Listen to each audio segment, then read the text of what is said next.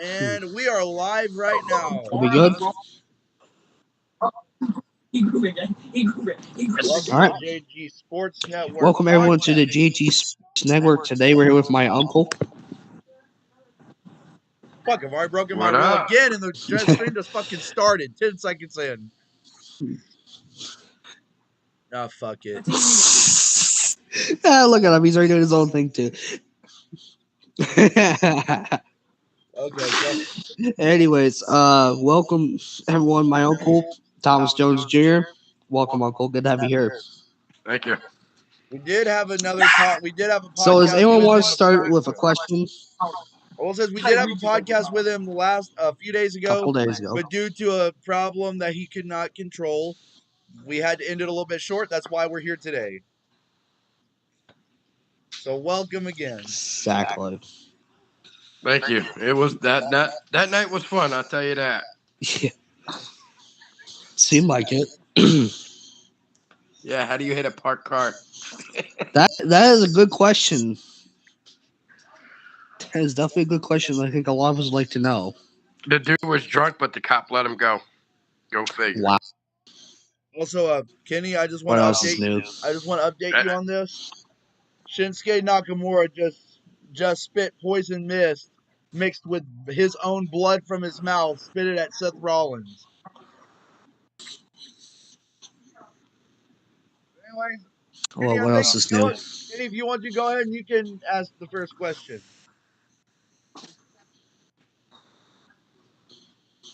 Well, well, okay. What got you started in racing? Go with that. I'd have to say my father. My uncle raced years and years ago, before I was even born. And then my dad was into it. And then probably about, I want to say it was like 5 years ago, my dad got into it because of his best friend. And then I've just followed him since. And now, The sons always the sons always want to be like their dads. I have my So my experience. yeah. So, But as I know, we've. All right, man. go ahead. You say what you were going to say first.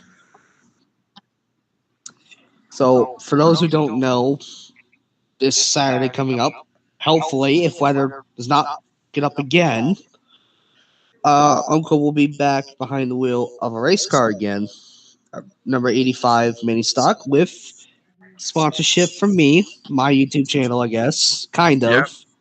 I have your sponsorship as YouTube, and I also have Charles Bailey's Construction as a sponsor.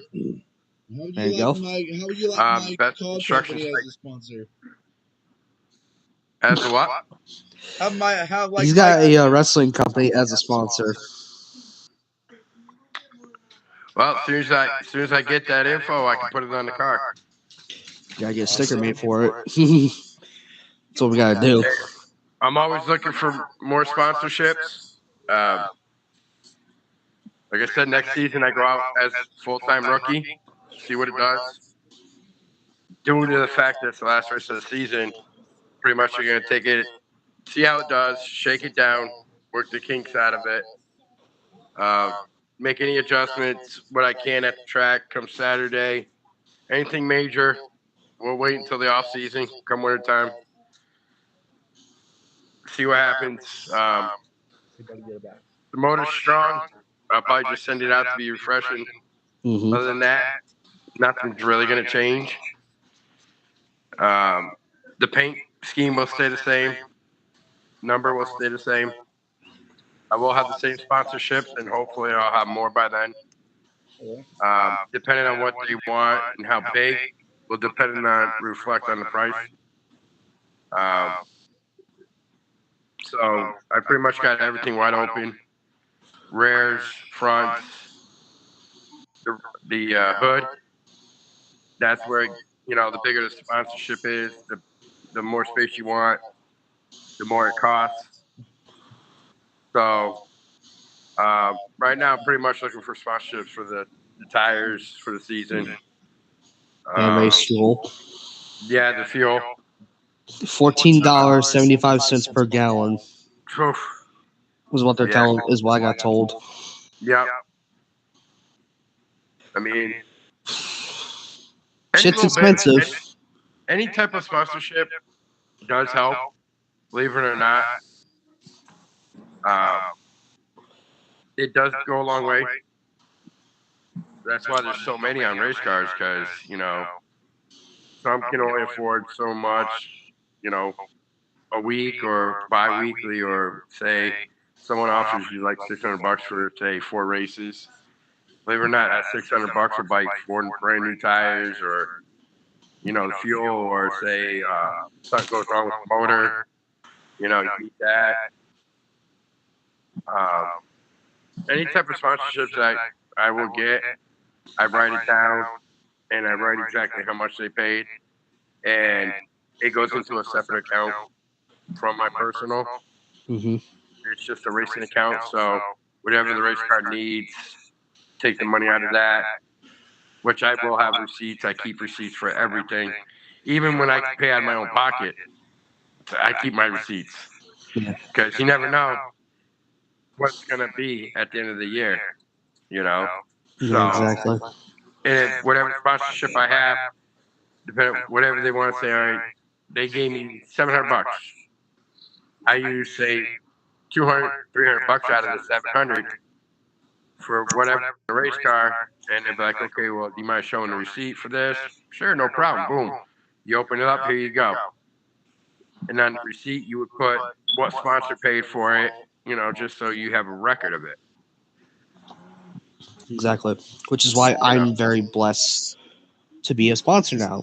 Now that Just I like have my channel has been growing rapidly, as everybody knows.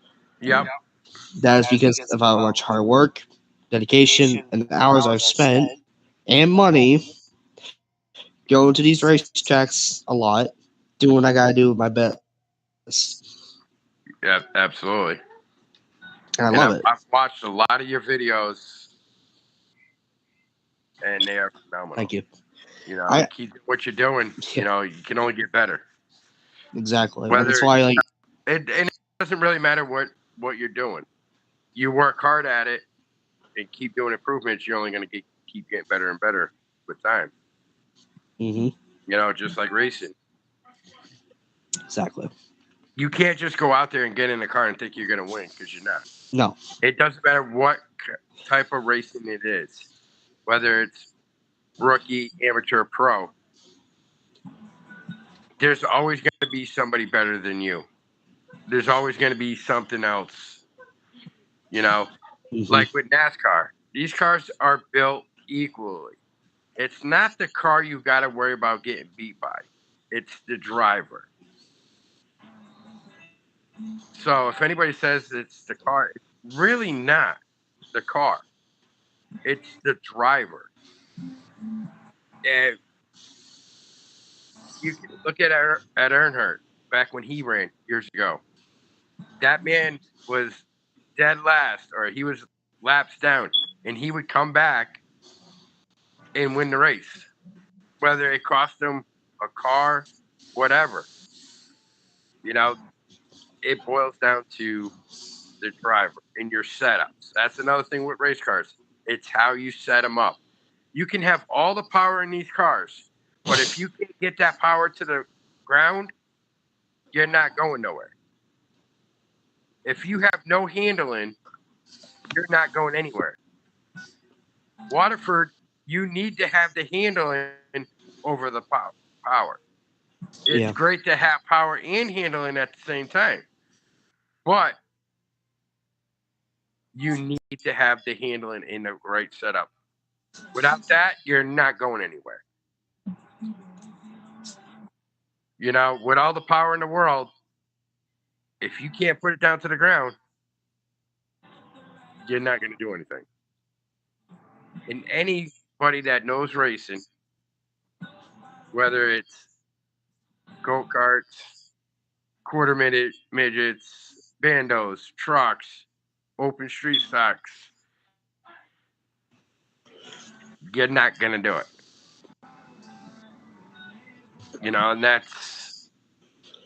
And you got to have it in your head. You're not going to be able to go out there and just beat him. You can't. It's impossible. As a rookie, there's still a lot I got to learn. There's so much I got to learn with my car. I got to learn, the adjustments. Okay, she's loose there, or she's too tight there. Is this spring the right spring for it on this side? There's a lot that goes into it. You can't, just to get in and say, okay, I'm going. It doesn't work. You got to know the car. You got to know the track. And that's why they have different levels. So, it just takes time. And I made a lot of mistakes when I first ran my X car. I did pretty good. But then I stopped paying attention and listening to my dad. And that's what happened when I wrecked. I didn't pay attention. I didn't listen to him. And I overpowered the car, and it caused me to wreck. But my dad can tell you at Waterford where to get on it, when to get off it, and you do that, you'll be all right. So it's a whole development, and it takes time. And you know what? Between one race this year ain't gonna do it. I got all next season, and I'm gonna give it the best I can. And I'll learn. I'll probably stay in the mini stocks for at least a year or two before I even think about going up. Because it doesn't matter if you go up or not. If you don't know the track or you don't know how to set up something, you're not gonna succeed. It's just that's the way it is. And every level you go up, they're faster and faster. There's more power. So, we'll see. Which is why I'm looking forward to next season as as one of the full-time crew members on the car. Yep. You have two of them out there. Wow. Yeah. The 11, the 91, and then the 85. Yep. And then the racetrack. We'll see. I do have one question, and Kenny's answered this question a lot. I don't know if Rin knows a lot about this question, but what are your thoughts about the next gen car and how their safety is and how NASCAR is taking precautions? I get they're trying to take precautions and updating everything to make it safer for the drivers. But the cars are totally different now. The aerodynamics of them, there's only so much you can do to protect the drivers. There's only so much you can do to advance stuff right now. If you look back at the years of racing, how the cars have changed and the technology got with them, like some of the tracks, the barriers have come a long way. It doesn't matter what safety equipment you use. You can have all the safety equipment in the world. But at some point, you're still going to have that accident or, not from you, but somebody else or whatever. Yeah, these cars are safer, more and more safer nowadays. But the way they look, the way they're built, it's just, I don't like the style. But they are taking precautions and making them safer for drivers. Mm-hmm. They came a long way. They really have. Absolutely. And that's the most important thing is the safety equipment. That's what's going to protect your life. You know, uh, yeah. Don't get me wrong. There are sometimes they may fail, defective. You don't know, but that's the chance you take when you get in the race. There's always that what if. You know, Yeah. look at some of the crashes that have happened. Ryan Priest is Look at crashing Ryan this year. Pierce. Look at Ryan Pierce's last one when he rolled so many times. Hmm. Walked away with a couple black eyes. You know, that was phenomenal. Look how many times he rolled. Back to 1992, Davey Allison's wreck at Pocono. Yeah, like holy cow. Look Or at some of Ryan the wrecks Newman's flip Earnhardt's at gotten 20. into. There was nothing but the chassis. 1996 Yeah. Talladega. Yeah, where that man should have died. Hmm. But the one that actually did him killing him was 2001, which that's the day everyone else does not want to And what remember. was weird about it is if you look at the footage, and I keep watching the videos, and yeah, he went straight on. But it wasn't that hard of a hit, though. It wasn't really that hard of a hit, but But see, there's mixed feelings of what killed him and how he died. First of all, he only had the half face shield. Open face helmet, yeah. You know. Then they're saying the seatbelt snapped. I mean, there's so many speculations that really don't know. Yeah. But the crazy thing was that wreck that killed Senior did not make NASCAR mandate the Hans device. What made NASCAR mandate was Blaze Alexander's death at Charlotte 10 months later in October. Which makes no sense. Exactly. You wait till another driver dies. You should always wear your safety. It should always be number one to wear that Hans device in every race. Yeah, well, yeah, but NASCAR didn't mandate it until 2002. That was the problem. NASCAR waited until Blaze Alexander, a rising young star, got killed by Dale's nephew, Kerry Earnhardt, which is not Kerry's fault, by the way. Not his fault. Blaze did come up a little bit because they were going through lap traffic in the 7. I don't know who was driving in 7 that day. And Kerry Earnhardt is Dale's son. Yeah, exactly. So, and that was a freak of accident. That was just terrible. But like I said before, that's the gamble you're playing with. Yeah. I mean, if we remember 2000, the year we lost Kenny Irwin Jr., Adam Petty, Tony Roper, all head-on collisions. 2 in New Hampshire, 1 in Texas. But the reason why Irwin Jr. and Petty died, throttles swung wide open. Only reason why they died, basilar skull fracture.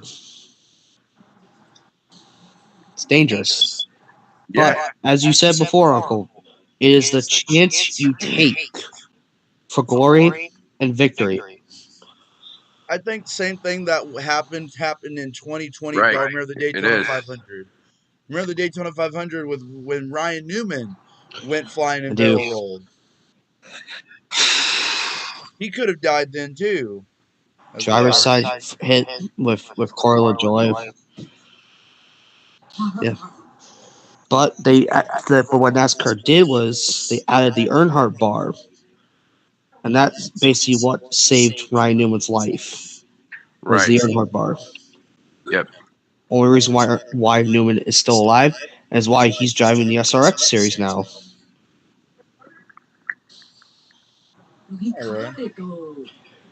But then here's the thing. We also have, if we remember, 2009 Talladega. Carl Edwards slipped into the catch fence. Yes. 2013 Kyle Larson nationwide race at Daytona. 2015 Austin Dillon's wreck at Daytona. And also, if y'all remember, Flipped into the catch fence. However, You remember Atlanta when Brad Keselowski went flipping in the 12 car after Right. getting spun by I Kyle was Edwards?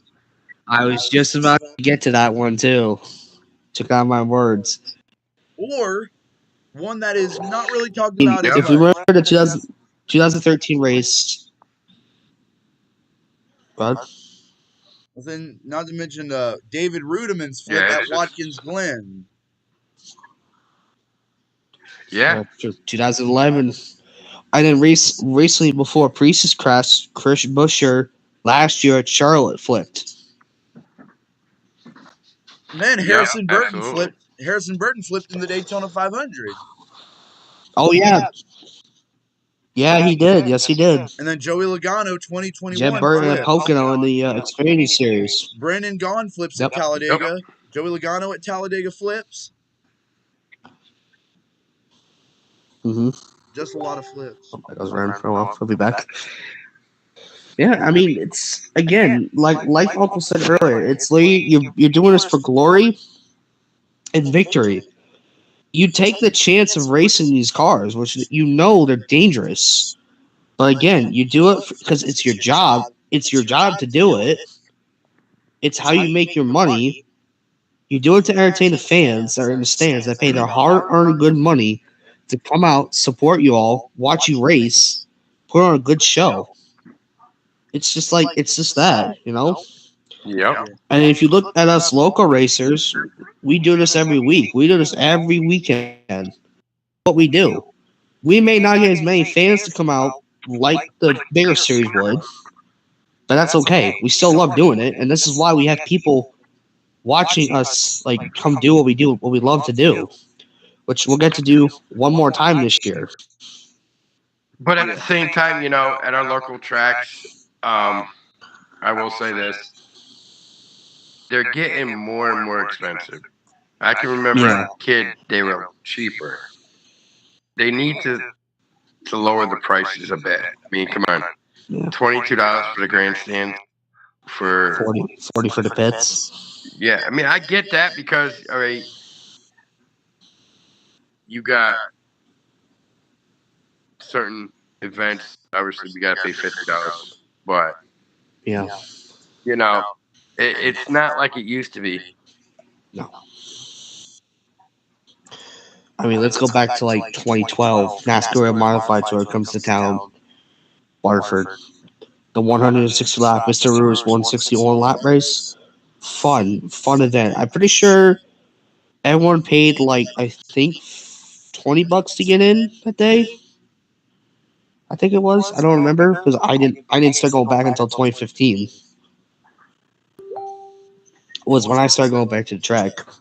Since 2008 was the last time I went. I didn't go back. I've always wanted to go back every year. I always talked to Dad like, "Hey Dad, can we go back to the track?" But he was like, until he sat us down at dinner one night, late 2014, and he says, "Well, we're going back to the speedball next year." I'm like, "Finally!" And then the big reveal comes out. He bought an X car, and I'm like, "An X car? What the fuck is that?"